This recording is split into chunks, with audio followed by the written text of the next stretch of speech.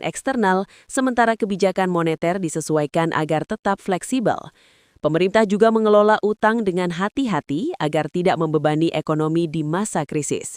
Dengan fondasi keuangan yang kuat, Indonesia memiliki peluang lebih besar untuk bertahan dalam guncangan global.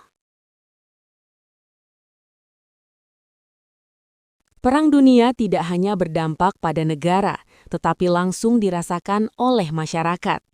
Harga barang naik, lapangan kerja berkurang, dan daya beli menurun. Jika tidak ditangani, kondisi ini bisa memicu ketidakstabilan sosial yang berbahaya. Untuk itu, pemerintah memperkuat program perlindungan sosial seperti bantuan langsung tunai, subsidi pangan, dan jaminan kesehatan. Tujuannya adalah menjaga daya beli masyarakat agar ekonomi tetap bergerak. Selain itu, UMKM didorong untuk tetap bertahan melalui akses pembiayaan dan pelatihan. Dalam situasi krisis global, kekuatan ekonomi suatu negara tidak hanya diukur dari angka makro, tetapi juga dari kemampuan rakyatnya untuk tetap bertahan dan produktif.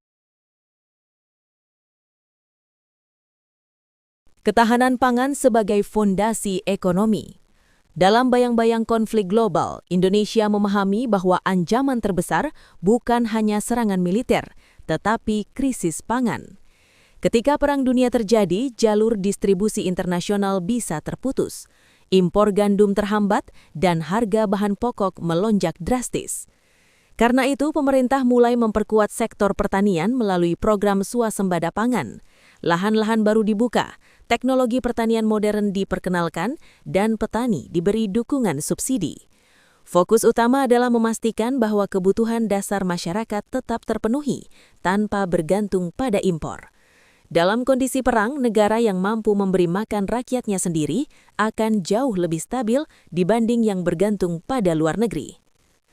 Stabilitas energi dan pengendalian harga. Energi adalah urat nadi ekonomi modern. Dalam situasi perang dunia, harga minyak dan gas bisa melonjak tajam akibat gangguan pasokan global.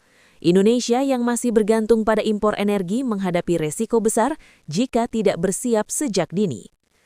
Untuk mengantisipasi hal ini, pemerintah mempercepat transisi energi ke sumber daya domestik seperti biofuel, panas bumi, dan energi terbarukan lainnya. Selain itu, cadangan strategis minyak diperkuat untuk menjaga stabilitas harga dalam negeri. Kebijakan subsidi juga disiapkan secara fleksibel agar lonjakan harga tidak langsung membebani masyarakat. Dengan langkah ini, Indonesia berupaya menjaga roda ekonomi tetap berputar, meskipun dunia mengalami guncangan besar.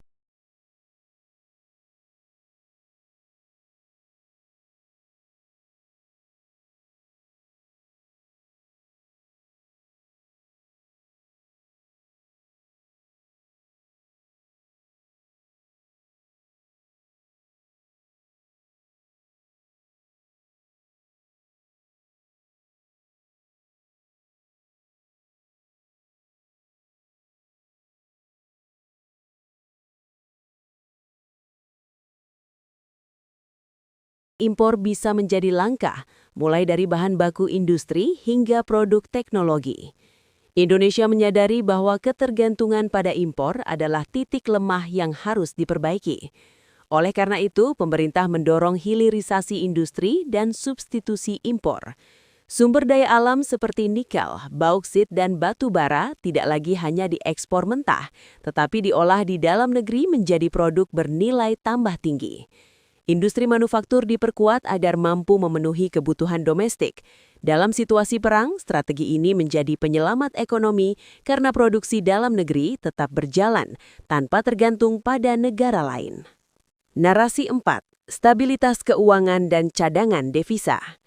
Dalam situasi krisis global, pasar keuangan menjadi sangat rentan. Nilai tukar mata uang bisa anjlok, investasi asing keluar, dan inflasi meningkat tajam. Indonesia perlu memastikan bahwa sistem keuangan tetap stabil agar tidak terjadi krisis ekonomi yang lebih dalam. Bank sentral seperti Bank Indonesia memainkan peran penting dengan menjaga stabilitas rupiah dan mengendalikan inflasi. Cadangan devisa diperkuat untuk menghadapi ketahanan industri dan substitusi impor. Salah satu dampak terbesar perang global adalah terganggunya rantai pasok internasional. Barang-barang